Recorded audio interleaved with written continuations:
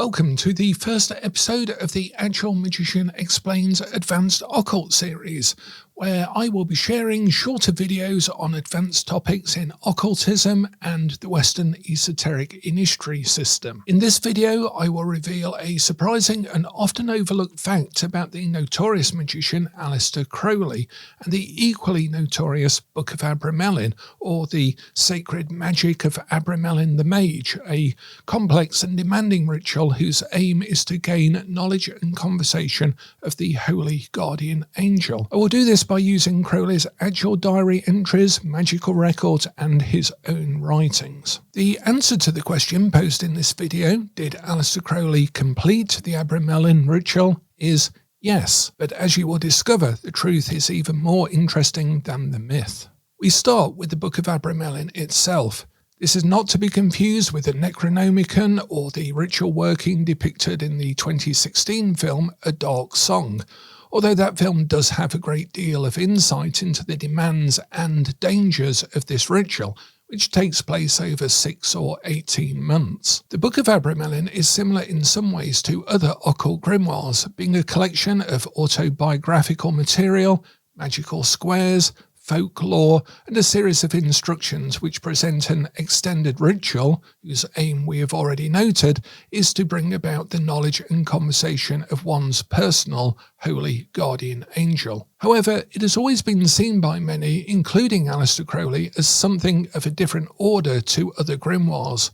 Crowley wrote, "The majority of old magical rituals are either purposely unintelligible or actually puerile nonsense. Those which are straightforward and workable are, as a rule, better adapted to the ambitions of lovesick agricultural labourers than educated people with a serious purpose. But there is one startling exception to this rule. It is," wrote Crowley, "the Book of the Sacred Magic of Abramelin the Mage." The ritual in the Abramelin is presented as 6 or 18 months in length and comprises of an increasingly rigorous set of spiritual practices, which culminate in an invocation of the angel and subsequent calling and controlling of the unredeemed spirits. The book, hereafter referred to as Abramelin, exists in several translations, originally French, German, and Hebrew. It was introduced into the Western Esoteric Initiatory System in 1897 through the translation from the French into English by Samuel Lidder MacGregor Mathers. I do cover the history of the Abramelin and its likely author in more detail in Llewellyn's Complete Book of Ceremonial Magic, published in 2020. The French version provides the operation as lasting 6 months, and the German version gives 18 months for the whole operation. It was then promulgated as an essential component of initiatory progress by Crowley and assigned to the work of the Adeptus Minor grade in the initiatory system. So the Abramelin stands in the medieval grimoire tradition in its format and content, with the notable exception of its ambition, a direct and ongoing relationship with a holy guardian angel, which is unique in this grimoire. However, the statement of authority through the autobiography, the anonymous teacher, the magical squares and rituals of purification, confession, and invocations are all firmly rooted in the Western occult tradition. So, firstly, let us ask, what is the Holy Guardian Angel? Now, there is often a conflation of terms when we read about the Holy Guardian Angel and the Abramelin work, commencing with Crowley, who changed his view on the subject several times during his life. This may be a matter of terminology in an attempt to avoid the purely Christian notion of what an angel might be, but it can be confusing to students of the great work. I personally believe that the angel is not any form of self, or any more than a relationship with another person is a form of self. It is also neither an unconscious self or a higher self. It is something totally different. One term used by Crowley in connection with the Holy Guardian Angel is Ogeudes. This is a Neoplatonic term which was featured and introduced into the Western esoteric tradition through the novel Zanoni, written in 1842 by Edward Bulwer Lytton. In the novel, which was influential on both Aleister Crowley and A.E. Waite, the mysterious adept Zanoni speaks of the Occult as the luminous soul. He writes, "There is a principle of the soul superior to all nature, through which we are capable of surpassing the order and systems of the world. When the soul is elevated to natures better than itself, then it is entirely separated from subordinate natures, exchanges this for another life, and, deserting the order of things with which it was connected, links and mingles itself with another." It was also referenced by Helena Petrovna Blavatsky within Theosophical teachings as what she called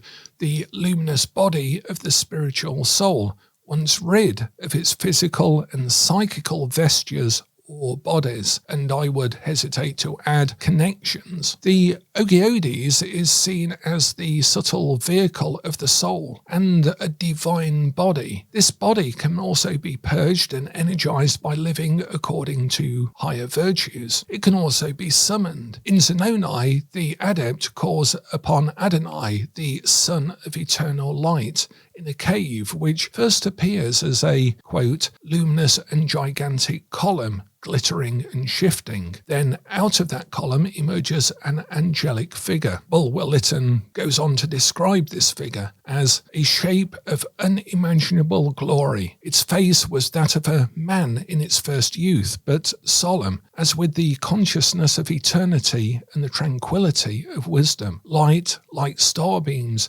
flowed through its transparent veins.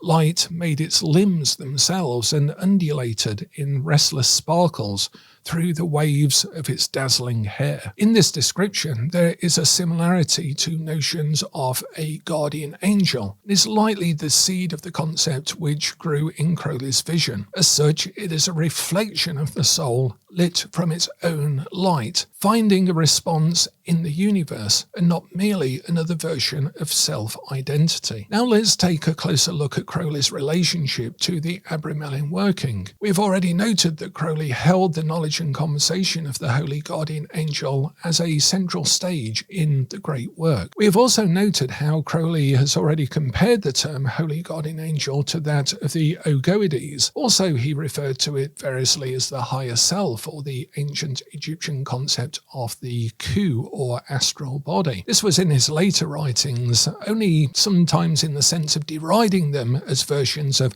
higher self or God within us, which he also deemed meaningless. He implored his students to abhor and abominate these terms and much more, and instead get on with your practice. In Magic Without Tears, he wrote, "We may readily concur that the Ogoides, the genius of Socrates, and the holy guardian angel of Abramelin the Mage are identical, but we cannot include the higher self. But the angel is an actual individual with his own universe, exactly as man is, or, for that matter, a blue bottle. He is not a mere abstraction, a selection from and exaltation of one's own favourite qualities, as the higher self seems to be." Crowley repeats several times that the Holy Guardian Angel is not an abstraction or a higher self. Otherwise, as he put it, there would be no point in the Abramelin. Again, in Magic Without Tears, he writes, "The Holy Guardian Angel is not to be found by any exploration of oneself. It is true that the process of analysis leads finally to the realization of oneself as no more than a point of view indistinguishable in itself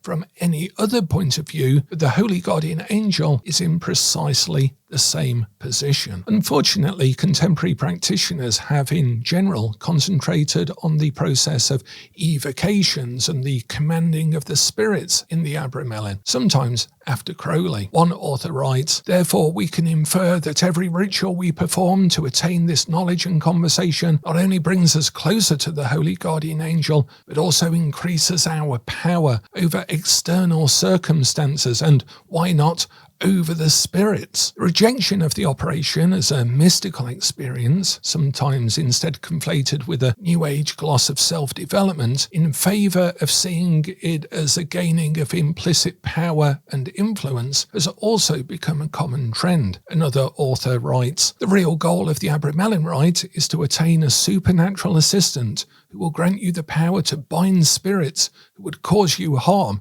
and set them to working for you instead." However, I believe the notion of power, an implicit statement of duality, is an anathema to the spiritual experience of unification that attends the knowledge and conversation of the Holy Guardian Angel. So, returning to our central question, did Aleister Crowley complete the Abramelin? We should also ask whether the conducting of the ritual is a one-off or unrepeatable event. What are the consequences of abandoning the ritual before completion, or worse, completing the ritual with no result? As the book itself notes, likely in 99 out of 100 attempts to fail. The answer in part is in the unique and prolonged nature of this ritual or working. If performed correctly, the Abramelin is a demanding work of magic which at the very least has a significant impact upon the psychological and physical state of the operant. The repetitive ritual activity, adherence to a tight time schedule, self-examination, coupled with the self-involved nature of the work, all contribute to a rapid and intense erosion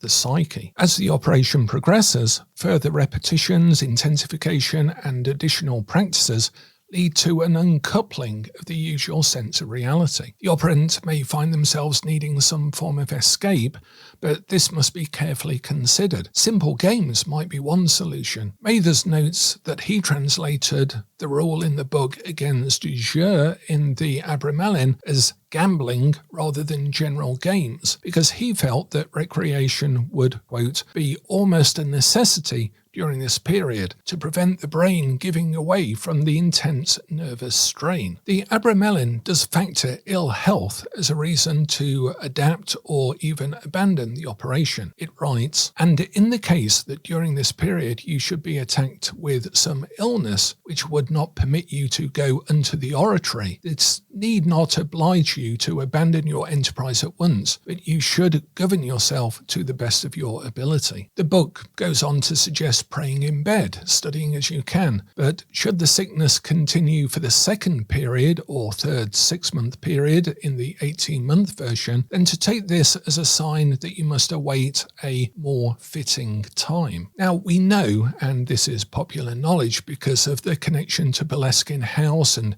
rumours of demons being left there by Crowley when he left, that Crowley himself abandoned his first attempt at the operation, for the performance of which he had moved to Scotland in 1899, and he abandoned it in favour of visiting S.L. MacGregor Mathers in Paris during the midst of a crisis in the Hermetic Order of the Golden Dawn. He wrote that as Mathers was a link to secret chiefs, if that meant giving up the Abramelin operation for the present, then all right. He then remained ambivalent about the operation, returning to England, quote, "with a sort of feeling at the back of my mind that I might as well resume the Abramelin operation." However, it was not until he was travelling across China that he again resumed the operation, writing, "I could construct my own temple about me and perform the operation in my physical body, rather than astrally travelling to Boleskine House in Scotland where he had set up for the operation." But I think what is most important, and what seems to be lesser discussed, perhaps in part because it is not as dramatic and beguiling as The Great Beast, the wickedest man in the world, a late Victorian drug-taking magician leaving demons in the house near Loch Ness which was to become owned by Led Zeppelin guitarist Jimmy Page, is that following his eventual return to England, a bereavement and an illness, Crowley had begun to consider that he might after all be failing at the operation. A summary of this experience is provided in Tobias Churton's Aleister Crowley, the biography, pages 122 to 25. So, in July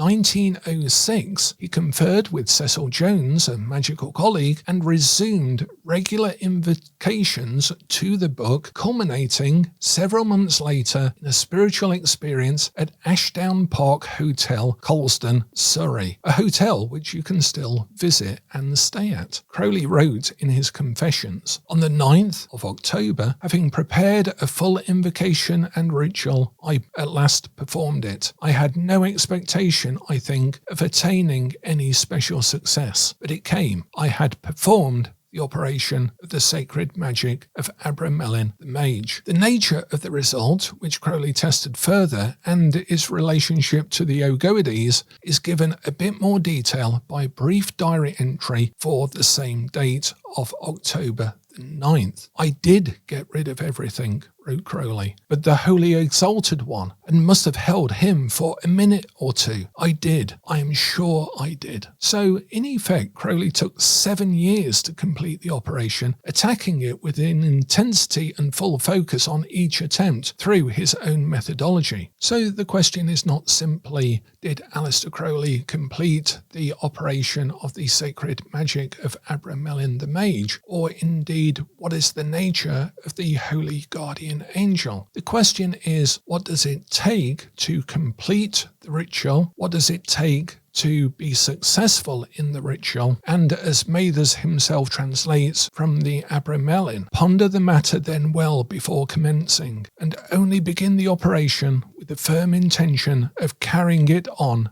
to the end. For no man can make a mock of the Lord with impunity."